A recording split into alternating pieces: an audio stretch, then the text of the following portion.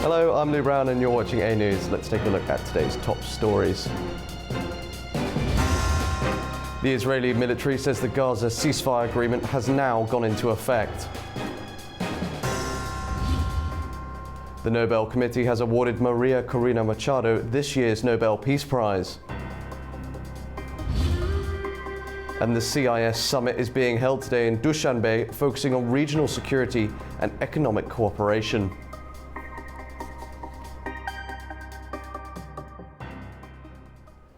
Good afternoon. The Gaza ceasefire has now taken effect.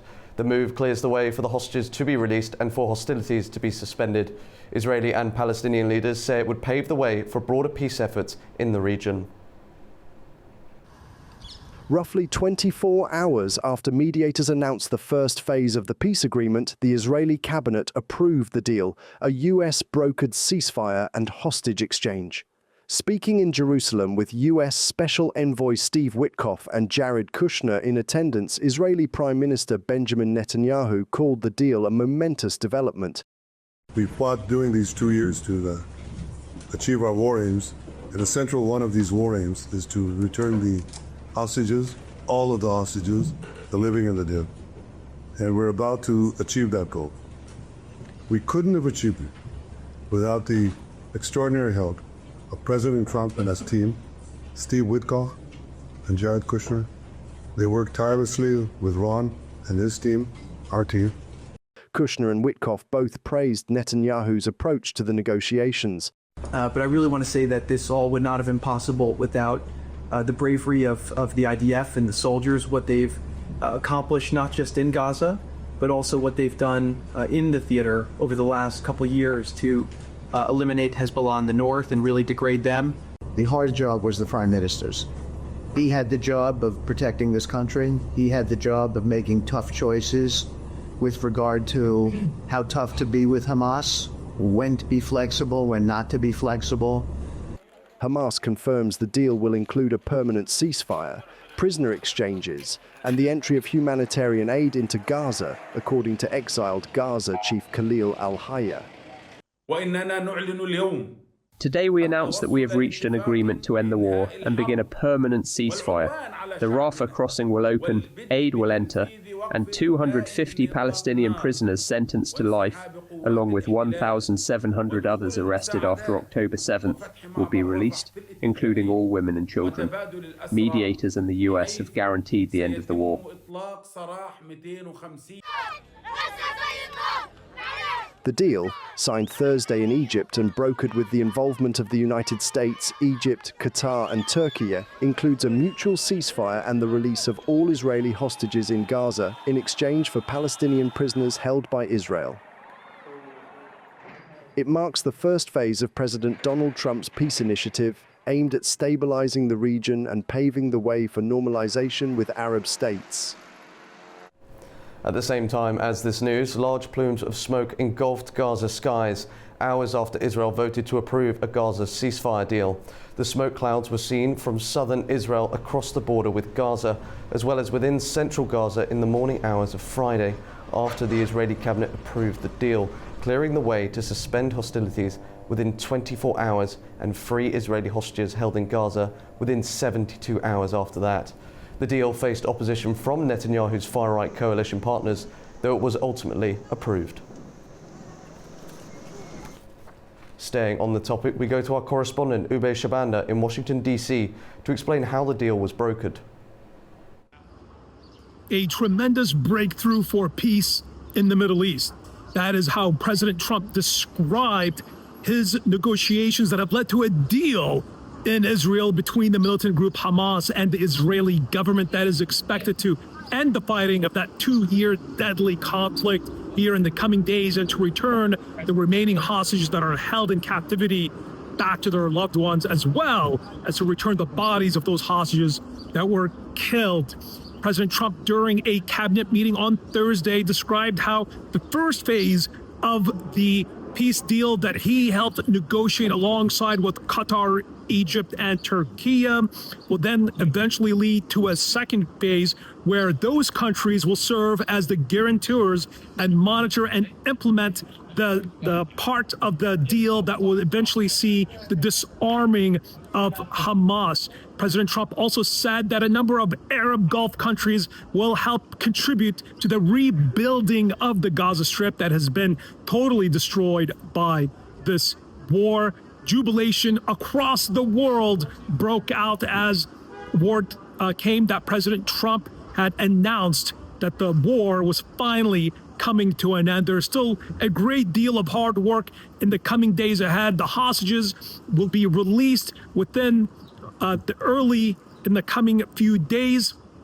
President Trump, during that cabinet meeting on Thursday, insisted that the hostages must be released in the first part of the deal, not in the last part. A number of prisoners held by the Israelis, Palestinian prisoners, will also be released as part of this deal. There is still some contention on whether high-ranking Hamas militants and other Palestinian militants held by the Israelis will be released. Those details are still to be hammered out. President Trump thanked Jared Kushner, his son-in-law, and Steve Witkoff, and a number of senior U.S. officials in his administration for brokering this deal, with the president emphasizing that Qatar and Turkey and Egypt played a very important role to get Hamas to the negotiating table and to agree to that final deal. Israelis are also celebrating in Tel Aviv with a number of families of those hostages here in Washington, D.C. They also came to thank President Trump, telling him that this deal could not have been possible without his leadership and without the unique negotiating style that President Trump brings to the table. A number of pundits here in Washington from both the left and the right are also seemingly in agreement that President Trump perhaps deserves the Nobel Prize, with a number of commentators here in Washington, D.C.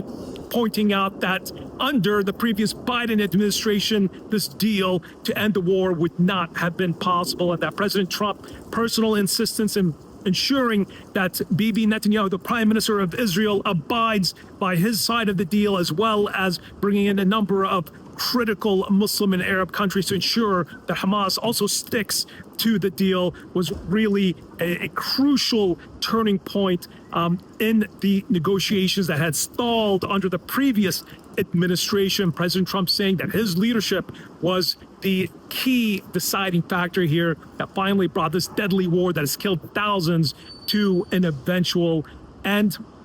President Trump also emphasizing that the United States will, under his administration, will continue to bring peace throughout the Middle East, and perhaps now to Ukraine and Russia. That is another a conflict that the president said that he wants to eventually solve, pointing out that his administration has now brokered peace in 8 separate conflicts since he took office in the White House. Rubesh Vander, A News, Washington. Now, US President Donald Trump says he plans to leave for the Middle East sometime on Sunday after Israel and Hamas reached a deal to release hostages held in Gaza. I think it's going to be great. I think it's the hostages will be coming back Monday or Tuesday. I'll probably be there. I hope to be there, and we're planning on leaving sometime Sunday. Yeah, nobody's going to be forced to leave. No, it's just the opposite. This is a great plan. This is a great peace plan. This is a plan that was supported by everybody. Meanwhile, Turkey's Foreign Minister Hakan Fidan joined a meeting in Paris on Thursday to discuss the Gaza peace plan. The talks brought together the US key European and Arab allies to shape Gaza's post-war future. Fidan says they're setting up a mediation team to monitor the ceasefire. The task force mentioned by our president, Recep Tayyip Erdogan, is related to the implementation of this approved plan. There's a provision there specifically regarding the facilitation role in following up on these agreed-upon matters. A team comprised of the United States, Egypt, Turkey and Qatar will discuss matters with both sides, the Palestinian and the Israeli sides. This was essentially a mediation team. This mediation team team will also fulfill its duties in implementing the relevant provisions of the agreement. There are no predefined tasks at this time. As the agreement goes into effect, problems will certainly rise. This team will be step in when the time comes to find practical solutions to these problems. Turning to the war in Ukraine, and a child has been killed in Zaporizhia during major Russian attacks hitting residential areas and energy infrastructure. So far, at least 20 people across the country have been injured, according to President Volodymyr Zelensky. He added that Moscow had used more than 450 drones and 30 missiles, which hit the energy sector, causing power outages in 9 regions. Residential areas were also hit. A high-rise apartment building was engulfed in flames in central Kyiv, and 12 apartment blocks were damaged in Zaporizhia.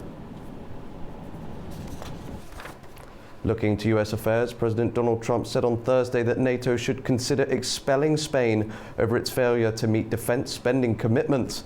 The dispute centers on Madrid's refusal to raise its military budget to 5% of GDP, a target agreed by NATO members in June. Speaking at the White House with Finnish President Alexander Stubb, Trump said European leaders should pressure Spain to fulfill its obligations. Spanish Prime Minister Pedro Sanchez has rejected the target, saying it conflicts with his country's social priorities. Work together very closely with Finland and with NATO. Moving to US diplomacy, the United States and Finland have signed a major agreement to strengthen Arctic security, with plans for the US Coast Guard to acquire up to 11 new icebreaker ships. US President Donald Trump and Finnish President Alexander Stubb signed a $6.1 billion deal on Thursday to bolster America's presence in the Arctic. Under the agreement, Finland will build 4 of the ships, while US shipyards will construct the remaining 7 using Finnish designs and expertise. Finland remains the world's leading producer of icebreakers, designing around 80% of the world's fleet. Over in Peru, Congress Chief Jose Jerry was sworn in as the country's new president less than an hour after lawmakers unanimously voted to remove President Dina Boluarte, citing moral incapacity. There were 118 who voted in favor of her removal, with no votes against and no abstentions. The 63-year-old woman didn't appear when called to defend herself. Boluarte had faced widespread criticism during her nearly 3-year time in office. She denies any wrongdoing. The vote and swearing-in ceremony took place shortly after midnight on Thursday, with Jerry vowing to take a tough approach on rising insecurity. The world's attention turned to Oslo today as the Norwegian Nobel Committee announced the winner of the 2025 Nobel Peace Prize. Out of 338 nominations, the committee say they chose Venezuelan opposition leader Maria Corina Machado for her tireless work promoting democratic rights for the people of Venezuela and for her struggle to achieve a just and peaceful transition from dictatorship to democracy. She will receive 9 million Swedish krona, approximately $944,000 US, and of course the Nobel Medal at the official ceremony in Oslo. The accolade remains the world's most prestigious recognition for those who strive to prevent conflict, protect human rights, and build lasting peace.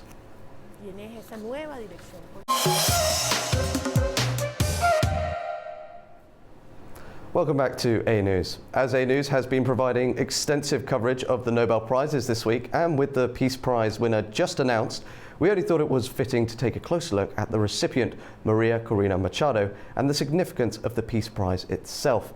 Here to help us do that is Alexandra Filipenko, political analyst calling from Vilnius, Lithuania. Now, Alexandra, I'm going to try and refrain from mentioning Donald Trump until a little bit later, but that shouldn't be a problem as we've just heard our winner. What's your reaction to Maria Corina Machado winning? And is she a worthy winner? The organization says she's a woman who keeps the flame of democracy going amidst a growing darkness. Well, to be honest, I'm afraid I won't be able to refrain from mentioning Donald Trump because I believe this is a brilliant move by the Nobel Committee in 2025. They are awarding Maria Corina Machado, who is supported by President Trump right now, because the choice was a minefield. Any connection to any topic which Trump already considers himself a winner could have caused some turbulence, let's say, in the relationship with Donald Trump. Trump. But Maria Corina Machado is definitely worthy, and more than worthy. She is known as the Iron Lady of Latin America, at least the Iron Lady of Caracas for sure. She's the most popular opposition leader of the current generation in Latin America. And Donald Trump has supported her many, many times, and especially in January 2025 when he was already president-elect and when she was briefly arrested during the protests during the inauguration of Nicolas Maduro. So President Trump is supporting her. So Maria Corina was barred from running in 2024, although she was already a well-established opposition leader in Venezuela. I must say that she was working from early 2010s, and many times since then she was shot at, her bus was shot at, she was really threatened. It is a life-threatening to be an opposition leader, or and not even a leader, be in opposition in a dictatorship in Venezuela. So she was barred from running in 2024 by the regime, but she united the very, very fragmented Venezuelan opposition into a single force, and they nominated Edmundo Gonzalez, the opposition candidate, as the sole opposition candidate. He was a professor, a well-known history professor, and after the election, after she managed, and all of the opposition managed to document the fraud by the Maduro regime, Edmundo Gonzalez had to leave Venezuela. He's in Spain, but she didn't. She lives in Venezuela. She is there. She is with the people. So her civic courage and her fight for the democratic rights under pressure, under deadly pressure, as the Nobel Committee praised, is real. And she is there. She is in Venezuela. She is in hiding somewhere. So we really understand that she is a real force against the Maduro regime.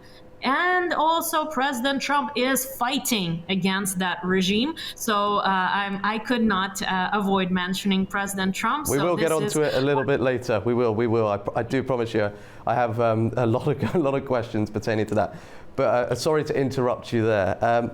It sounds like a remarkable lady, really, evading death threats, kidnapping. But we do know Donald Trump has a particular disdain for Nicolas Maduro. I just want to focus on Maria for now, because this is her moment, really. How is this year's announcement, how is her prize winning going to shape the legacy? What this winner gets particular media attention right now. Everyone's going to have their eyes on Venezuela and her. What's going to be the outcome of this? It is extremely important, and you are very right to interrupt me there, and we really need to talk about Maria Corina Machado right now and the Venezuelan opposition. Venezuela has been in economic decline due to Chavismo, due to Chavez regime.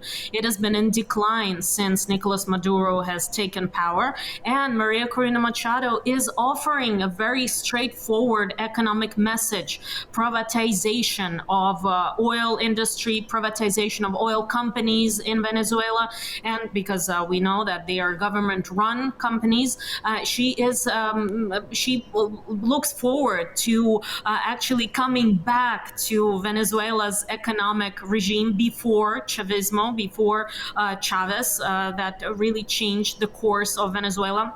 For many, many years, Venezuela, unlike many other Latin American countries, has been thriving, economically thriving in 70s and the 80s and the 90s. And of course, what opportunities they could have had while oil prices were very high. So Maria Corina Machado is calling everyone to come back to the private ownership of oil companies. And Venezuela, we know, is rich in oil and in resources, in different kinds of resources. And Venezuela is potentially a great spot, not only for those who are interested in oil, but also for tourism and for visiting and all that. They have great, amazing potential.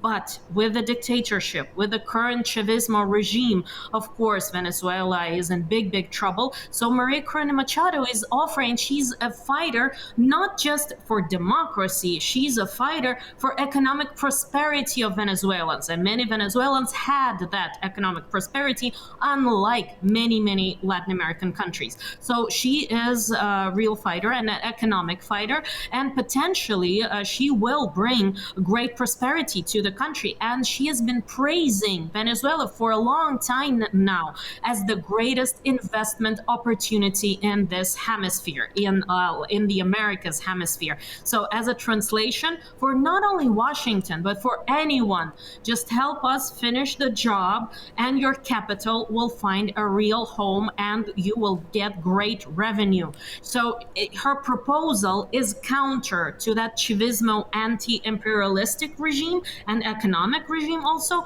and that open democracy. She is pro-market, she is pro-Western and all that. So of course, Maria Corina Machado is a great opportunity for Venezuela, not only politically, but economically too, because Venezuela was thriving before Chavismo. Now, very interesting insights there, but we do have time to mention Donald Trump, of course. I could see you smiling just there. We know logistically it was going to be hard for him to get this award anyway. The nominations had to come in on the 31st of January. He only took office a few weeks later after that. So we know that that was not really realistic in any case. But let's focus on how realistic it would have been in the general sense. So are people forgetting the domestic US that we're currently seeing? The Insurrection Act being threatened, ICE deployments, the war on America, the trade wars. Is this really a man of peace? Is these 7 wars he claims to have stopped outweigh that? I want to get your take on how realistic this is.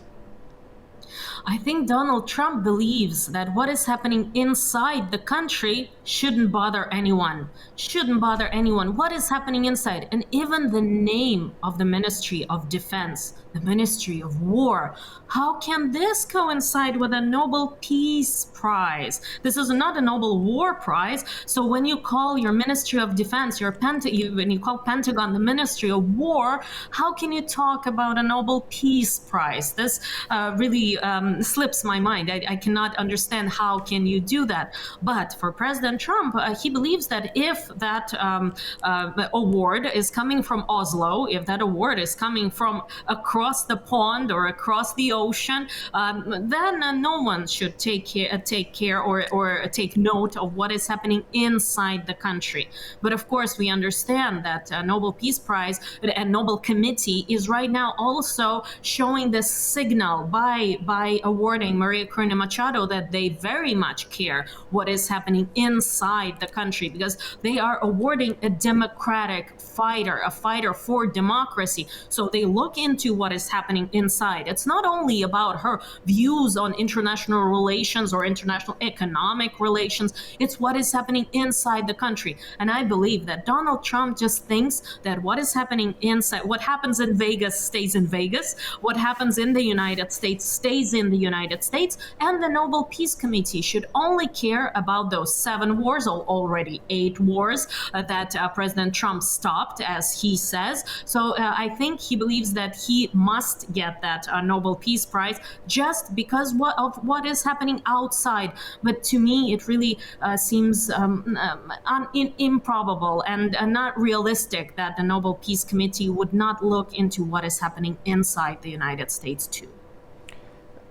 That's some very interesting insights. Now, I want to move your attention to Ukrainian president was actually Volodymyr Zelensky was put as a bookmaker's favorite, as well as Yulia Navalny, whose husband was sadly killed as well, as potential recipients of this award. What message would that have sent? Is this a particular, in your opinion, case to take away from the Eurocentrism, if I can get that word out, of the prize usually, or is it deliberate to highlight other places in the world that may not get this coverage?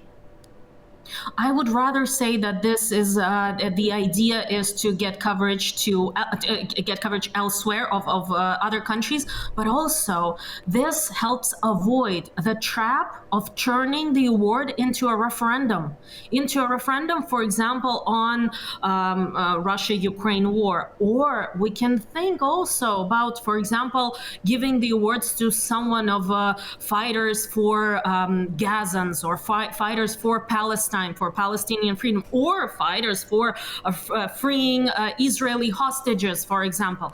So this helps avoid this trap. It didn't turn the award into a referendum on Israel and Palestine. It's not a referendum on Ukraine or Russia, Russian opposition, or anything like that. So this helps avoid this difficulty for the committee. So I believe this is a brilliant choice. And also, I definitely agree that we talk a lot about what is happening in Europe, about what is happening in Ukraine, about what is happening with the Russian opposition, how the opposition is being killed and imprisoned. And it's all very important. What is happening in Belarus, it's all extremely important. But we sometimes forget of what is happening in Latin America, what is happening with the Maduro regime that is so friendly with Russia, that is so friendly with China. So this is in a way a signal to those countries too. It's also a signal to Russia, to China, and to Ukraine that they are, of course, supporting Maria Corina Machado, who is fighting against the Maduro regime that is so friendly with Putin and with the Kremlin. Now, lastly, several humanitarian groups like Sudan's emergency response rooms and Doctors Without Borders were also in the mix.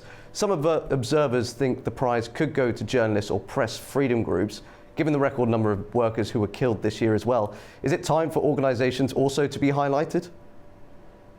Yes, it is very important for organizations to be highlighted, but I believe that the Nobel Committee has been criticized a lot about choosing some general organizations, while the Nobel himself, Alfred Nobel himself, believed that people must be awarded, not organizations, not some general ideas, but exact people should be awarded. So I believe the Nobel Committee this time, they wanted to really award a particular person, a real person, a person who is whose life is threatened every day and who's living under this pressure all the time, the political pressure, and really the pressure, not just political, but also the possibility of being imprisoned or even killed. So I believe that they wanted to award this particular woman, this fighter, this Iron Lady of Latin America, who represents something way more, this fight for freedom.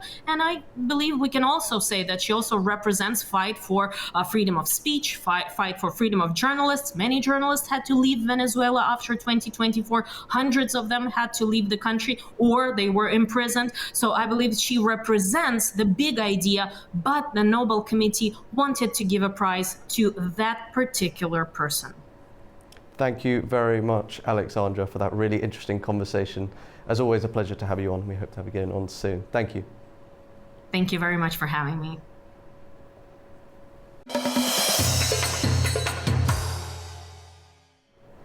Welcome back to A News. Now let's take a closer look at the key stories shaping the region. Leaders of the Commonwealth of Independent States had gathered in Dushanbe for their annual summit hosted by President of Tajikistan, Emomali Rahmon. The talks focused on regional security to economic cooperation. Our Andy Mioch reports from Dushanbe. Summit of the Commonwealth of Independent States opened on Friday here in Dushanbe. The leaders of CIS countries, Azerbaijan's President Ilham Aliyev, Armenia's Prime Minister Nikol Pashinyan, Russia's Vladimir Putin, as well as the presidents of Belarus, Kyrgyzstan, Kazakhstan, Uzbekistan and Turkmenistan were hosted at the Palace of the Nation by Tajik President Emomali Rahmon. On the agenda were issues of regional and global security, as well as ways to deepen political dialogue, boost trade and investment, and expand the cooperation within the Commonwealth when it comes to the humanitarian and cultural spheres. Now, ahead of the summit, we saw bilateral talks between Azerbaijan's President Ilham Aliyev and his Russian counterpart, Vladimir Putin. After the meeting, it was said that the relations between the two countries are going back to normal after Putin's clarifications and promises of compensation and legal accountability over the Azal plane crash in December last year near Aktau in Kazakhstan, which was due to a fire of Russian Air Force over Grozny. Thursday also saw a summit in a tighter format where the leaders of the Central Asian Five met with Russia's president. The issues on the table were mostly regional, including how to lift barriers for trade, cargo transport, and how to enable free movement of workers. From Dushanbe for A News, Elbrus Musaev and Andi Miac. Now, Armenian Prime Minister Nikol Pashinyan said at the CIS Heads of State Council meeting that the so-called Trump route will open new opportunities to strengthen the links between Armenia and other CIS member states. Let's watch for more. I am pleased to note that after a long conflict between Armenia and Azerbaijan, peace has been established. The Trump route will allow Armenia to have railway and other transport links with the CIS member states. This will help strengthen economic ties within the Commonwealth and increase its efficiency, opening up new export and import opportunities for the organization. Now, Baku is set to host a meeting next week between Azerbaijan, Iran and Russia. Leaders will discuss the development of the international north-south transport corridor, focusing on boosting traffic flows, streamlining procedures and enhancing energy cooperation. Our correspondent Taraz Shilalilu reports. The international north-south transport corridor is a 7,200-kilometer long route consisting of road, rail and sea, and it moves freight between Azerbaijan, Central Asia, Europe, India, Iran and Russia. It therefore increases connectivity between Mumbai, Bandar Abbas, Bandar Anzali, Baku, Astrakhan and Moscow. On Monday, a two-day meeting in Baku will bring together Azerbaijani, Iranian and Russian representatives to exchange views on projects relating to the completing of the corridor, according to the director at the Iranian Ministry of Road and Urban Development. Amin Tarafo says the meeting will discuss increasing transport capacity, how to accelerate the movement of trucks, and simplify and streamline customs procedures. He also mentioned that the delegates will discuss the energy corridor to connect their country's energy networks. Local news media in Azerbaijan, quoting Cabinet of Ministers, said the talks will focus on strengthening cooperation in the fields of transport, logistics, energy and customs. The delegations will be led by Deputy Prime Minister of Azerbaijan, Shahin Mustafayev, Iranian Minister of Transport and Urban Development, Farzaneh Sadegh, and Deputy Prime Minister of Russia, Alexei Overchuk. Iran's Sadegh and Azerbaijan's Mustafayev last met in Tehran in September. They co-chair the Azerbaijan-Iran Joint Economic Cooperation Commission. The Iranian President Masoud Pezeshkian said that Tehran is interested in expanding its relations with Baku in all political, economic and cultural fields. He made the comment during a meeting with the Deputy Prime Minister of Azerbaijan last month. President Pezeshkian also came to Baku on a state visit back in April, where Mustafayev said that President Aliyev had asked him to emphasize on the agenda the serious and diligent implementation of agreements that were reached during the visit. Taraz Shilalilu in Tehran, A News TV. Now, rivers in the heart of the Caucasus are drying up, caught between climate change, regional power plays and rising demand. Our next report explores how the Kura and Aras rivers are becoming a source of growing tension and uncertainty.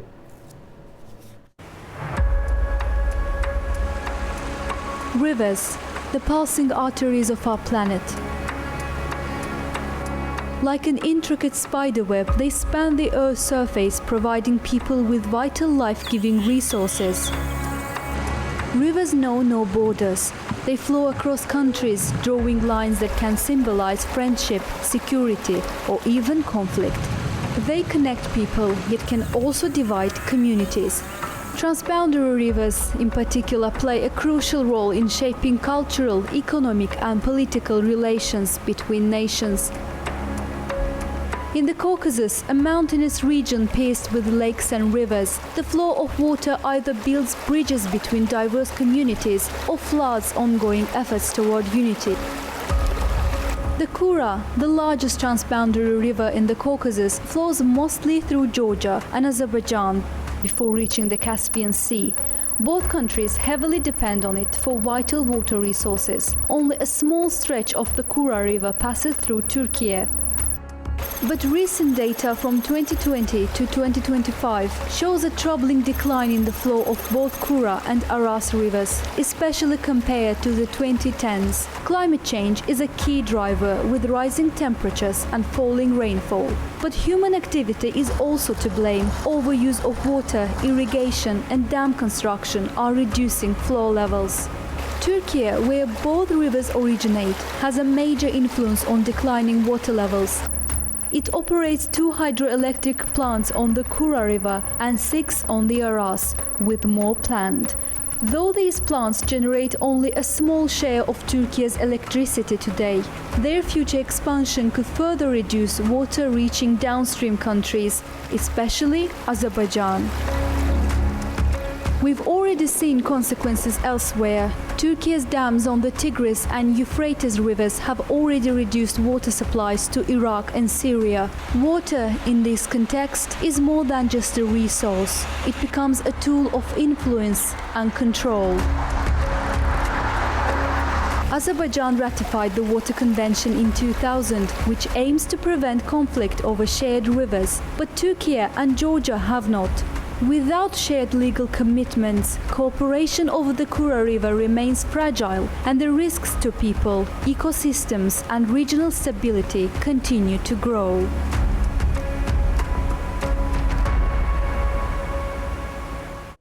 Looking to history, 16 years ago today, Armenia and Turkey signed the Zurich Protocols, a pivotal step towards reconciliation.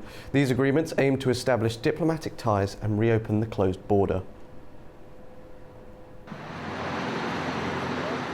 16 years ago, on October 10, 2009, Armenia and Turkey signed the Zurich Protocols, 2 landmark documents intended to establish diplomatic relations and reopen their border, which had been closed since 1993 following Armenia's occupation of the Kalbajar region in Karabakh.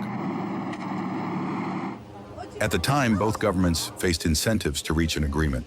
Turkey sought closer ties with its neighbors and wanted to strengthen its international standing during its European Union accession process. Armenia, under President Serge Sargsyan, aimed to ease its isolation and stimulate economic recovery after years of strained regional relations. However, the process deliberately left out Azerbaijan. The protocols dealt only with bilateral issues between Ankara and Yerevan, excluding the ongoing Karabakh conflict, then under Armenian occupation. This omission quickly drew criticism from Baku, which viewed the talks as ignoring its territorial concerns. The revival of ties between Turkey and Armenia can be connected only to resolving the existing conflict between Armenia and Azerbaijan.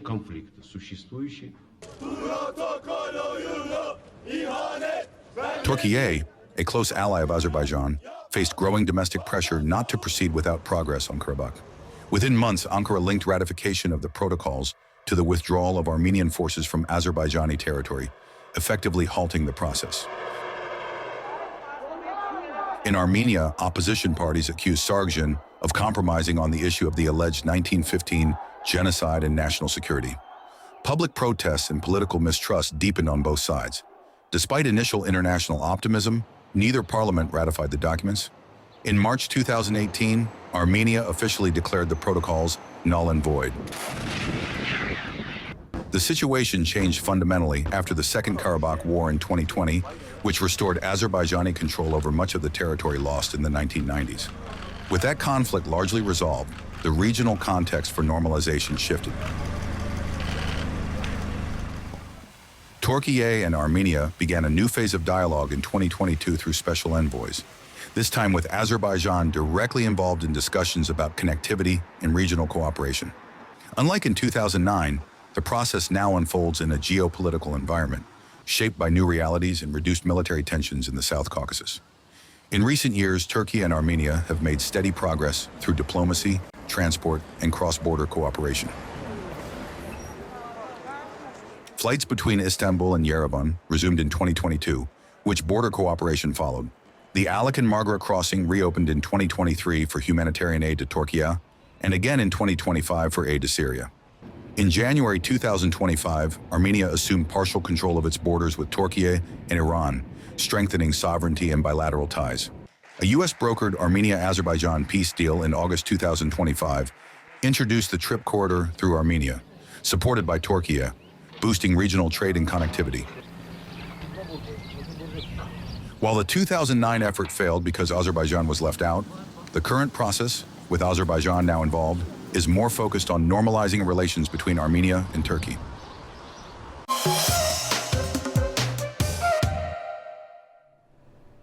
Welcome back to A News. Now, 16 years ago today, Turkey and Armenia signed the Zurich Protocols, two landmark documents aimed at normalizing relations through diplomatic ties, open borders, and a joint historical commission. Brokered by the US, France, and Russia, the deal sought to separate Turkish-Armenian reconciliation from Armenia's occupation of Karabakh, which had led Turkey to close its borders in 1993. However, without a clear timetable for ratification and amid backlash in both countries, the protocols stalled and were never implemented. Today's normalization efforts, launched after the Second Karabakh War in 2021-2022, are closely linked to the Azerbaijan-Armenia peace process and have appeared to gain more traction. The guiding editorial questions, 16 years on from the aborted Zurich Protocols, why did the normalization attempt of 2009 fail? And why does the current one appear to be succeeding? What lessons can we draw from the past? Joining us to discuss what transpired 16 years ago and what is unfolding today is Orkan Nabiev, political analyst calling from Baku, Azerbaijan. Orkan, looking back to 2009, what were the political and diplomatic circumstances that gave rise to the Zurich Protocols? Zurich Protocols between Armenia and Turkey were signed under the Swiss mediation and with the force of the United States, EU, and Russia. So those three big centers, the global centers, forced Armenia and Turkey to sign. And considering that at this time Turkey was very weak, and Turkey was under the influence of the United States and EU, and hoping to join the European Union. At the same time, Armenia was under the big influence of Russia. So these three big countries decided to force Armenia and Turkey to sign these protocols. But, and I remember as it was yesterday, Sergei Lavrov, foreign minister of Russia, forced Armenian foreign minister to sign it, and he said that they sign it quicker. But we saw that it will never been implemented. So could you tell us why international actors like the United States were so keenly invested in this process? So they wanted to have a peace in the region between Turkey and Armenia. They wanted to have this kind of joint deal that could show that United States, European Union, and the Russia Federation at this time could go along together and solve one of the biggest, not a conflict, but disputes of the region between Turkey and Armenia. And they said that if we could do it, they thought that if we could do it, so we can open the borders between Turkey and Armenia and start to trade, it will be another issue that we three of us could solve. But as we saw that it should have not been possible at this time, despite that Turkey was under influence of West and Armenia wanted to be as a part of the Western influence, at the same time the part of the under the Russian influence. And we remember this period that Russia also was closely aligned with the Western community. They started their own trades together, the gas agreements. They started the restart of their relations after the invading to Georgia, Russian invasion to Georgia. So considering all of this, that they wanted to have some positive positive issues in the South Caucasus. And why did Ankara act without close coordination with Baku at that time? At that time, as I said, Turkey was weak. Turkey was under the economic influence of the European Union, under the political and military influence of the United States. And Turkey had very not the consolidated authority at this time. They had different type of the government inside the authority. So Gül as a president and their foreign minister and their dogma of the zero problems with the neighbors. They wanted to implement this policy, and Ahmed Davutoğlu and his like zero conflict, zero problems with neighbors, and they wanted to show the European Union that they are the European country, they are peacemaker country, they're the peace builder country, and they don't have any kind of issues with Armenia, and they could also not consider Azerbaijan as an obstacle. Apart from the strong criticism voiced by Azerbaijan at the time, there were also substantial forces within both Turkey and Armenia who opposed the Zurich protocols. How significant was this internal resistance, and what do you think about the domestic political sentiment in both capitals contributing to the collapse of the process? Yes, I remember this, that the opposition in Turkey, the nationalistic opposition, they rebelled against this politics, this policy. I remember not only the inside of AKP, they had the big shifting process. There was a splitting of the interests. At the same time, the opposition took an advantage as a CHP, like a Republican People's Party. They took an advantage. There were the big demonstration in Bursa, where the football match provided between Armenia and Turkey, between Turkey and Armenia. There were both presidents, President of Turkey, Abdullah Gül, and the President of Armenia, Serge Sarkisyan. I remember these demonstrations, and the nationalistic sentiments in Turkey has arisen, and this also influenced a lot. So AKP could lose the elections. AKP could lose influence to nationalistic environment, and also MHP joined together to CHP at this time. The nationalists joined to the Kemalists at this time. So Turkish nation was against this. They were resistant to this process. At the same time, Armenia started to put many conditions to this kind of protocols, a recognition of Armenian so-called Armenian genocide. At the same time, Turkey also put the condition as a resolving Karabakh conflict. So putting the conditions one after another, totally destroyed, total made nonsense these protocols. Now let's do a bit of a compare and contrast now with then and now. How does the present Turkish-Armenian normalization differ in character now from the earlier attempt? Now, Turkey has a consolidated authority under the President Recep Tayyip Erdogan. Now, Turkey has more influence in the region, and Turkey more sovereign and more independent if we compare 2009. At the same time, Azerbaijan won 44 days war, and it totally restored its territorial integrity. Now we don't, as Azerbaijan, we don't have any obstacles for that. And now we saw that in Armenia, there's a positive movements, and they took the Mount of Ararat from their official stamps of border stamps. It says that they are